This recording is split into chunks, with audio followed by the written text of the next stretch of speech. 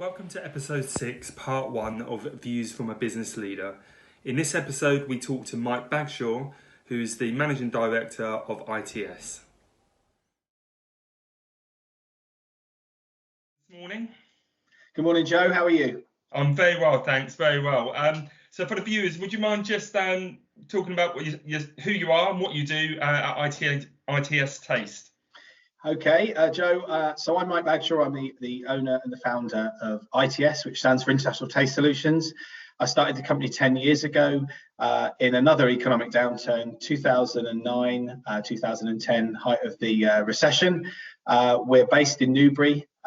We have 27 staff and a manufacturing site just off of Hambridge Lane, where we manufacture food ingredients, in particular natural flavours. And also, we're now manufacturing products like hand sanitizer and other products into the healthcare sector.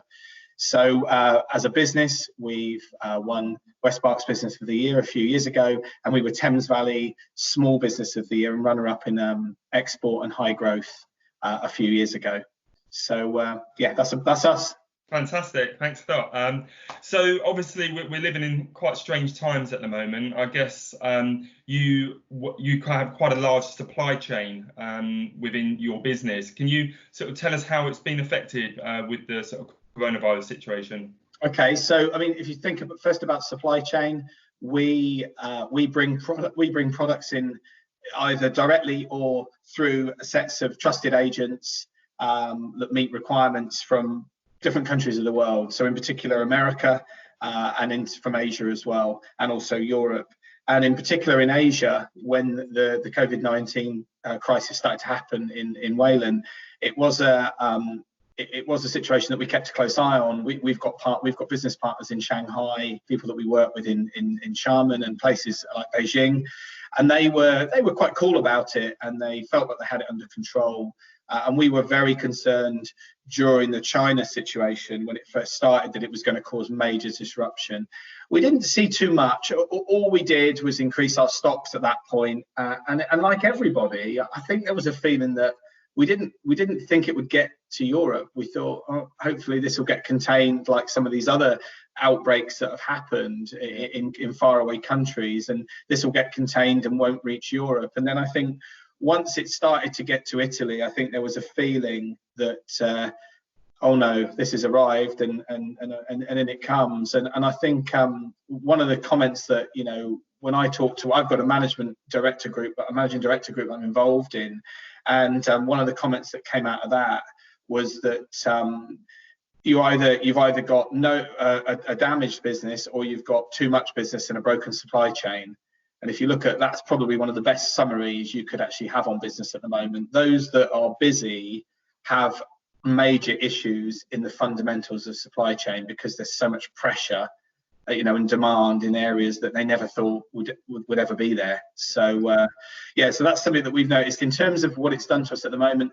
China seems to be back up and running. The US is a slightly different story, but we're well ahead on stock, we're well ahead on production, and we've seen a noticeable drop in our orders in certain sectors. And I think I mentioned to you before, Joe, you know, that we've seen, you know, a drop in sales into things like the food service area, and that's expected because companies like McDonald's, Costa Coffee, Starbucks, right down to individual coffee shops and restaurants and hotels who eat products that contain our flavors and some of our ingredients, they're not open.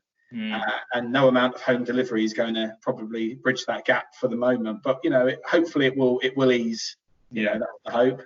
So internally within the business, how has it sort of affected? Obviously, everybody's, I'm guessing, working from home now and using these and all these different options for video technology and meetings. So is that how you're operating at the moment? How many people have you got actually in the factory? Okay, so when this first really started and there was the announcements from the government about working from home and everything else, we actually did the opposite, because we're deemed to be a company that's producing ingredients for the food industry, and obviously retail sales, products that go into retail for us, are doing quite well.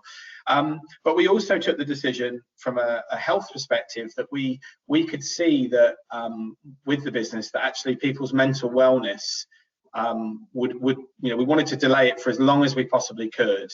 and actually put some steps in here to protect the business and to protect the team.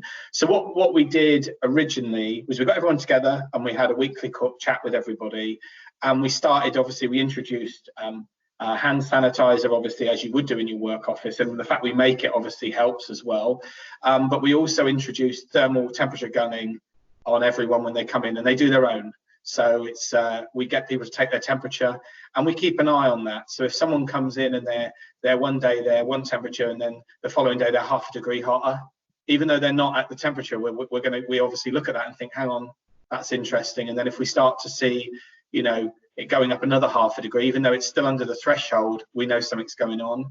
Yeah. So thank God nothing, we didn't have that issue, and we took regular tests. We temperature gun any logistics companies that come to collect. That's a requirement now that they, and keep the social distancing. And then what we did was we kept everyone in the loop, and we decided, obviously, while this was going on, that we realised that there was going to be a need to work from home. And we were fairly well kitted anyway. So what we did was we relied quite heavily on Google. We use a lot of Google anyway. So we use Google Hangouts, Zoom, Skype, you name it, all those platforms. And then what we did was, over time, we just started to experiment, and we said, well, look, we're not going to do it immediately, but we're going to let people work from home a day and see how they get on, because a lot can go wrong if you send someone home and then it isn't working. And we did have a few teething problems at the beginning. So we just sort of introduced that pattern. The other thing we did before that is we cut our work hours from 9 to 5 to 9 till 4. And the reason we did that is that reduced our risk by 12%, because people spent less time together. And what we also did was we made people take their lunch breaks, and we limited the number of people that could be in the lunchroom that we have, and encouraged people to go out at lunchtime for a walk. Because what we thought was, actually we can have an impact here just on some very simple things in terms of keeping people away from each other and reducing their exposure time. We also spoke to everyone and said, look, if we want everyone to be healthy, everyone, when they're not here, has to observe the rules that are going on. And you don't want to bring something here that then someone catches and then takes home and makes someone else ill. Let's just be really, let's be vigilant. Yeah. And we did that, and that seemed to work. And then obviously what we also did at the time, and it was, these were quite scary. I think every business owner, these are scary times. I remember saying to my fiance, I said to her, she asked me how I was feeling when it happened at the beginning. I said, I'm really scared. I said, because this is mind blowing, the stuff that's going on, and everything's changing. If all the restaurants and hotels and food service is closing, yes, some of that volume is going to go into retail and into Amazon, but are people really going to consume those products? And things like coffee, there's probably been a huge surge in those sort of Nespresso sales and coffee machines, because people are still going to want their coffee at home. But there is an argument that says as well that it takes about 12 weeks to form a new habit. So I wonder how many habits are going to get formed now. Yeah. And people are going to say, do you know what? Maybe things are changing. I mean, we've cancelled, obviously, our gym membership. We've got some home stuff. We run every day, my fiance and I, and we were always talking in the mornings when we're out running. And we were talking this morning and saying, we've got this. You had the pre-COVID crisis, the moment when it kicked off, the lockdown, and now we've got this period coming up of some kind of lightening of restrictions. And I actually think in every subsection of that adjustment, there's going to be some new habits. Yes.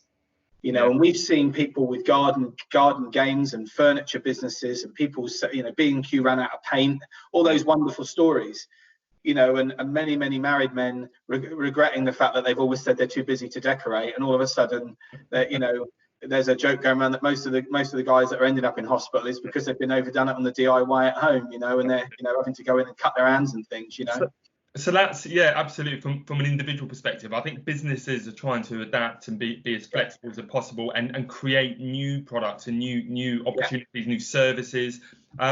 I understand you mentioned about the hand sanitizers and the sanitizer products that you're producing. Can you tell us a little bit about that? Because are you supplying to the NHS market for? Okay, so let me tell you a bit more about what we do. So when this was going on, we realised it was a chance conversation with our head of operations, Paul, And we just thought, hang on a minute, we could probably make this product.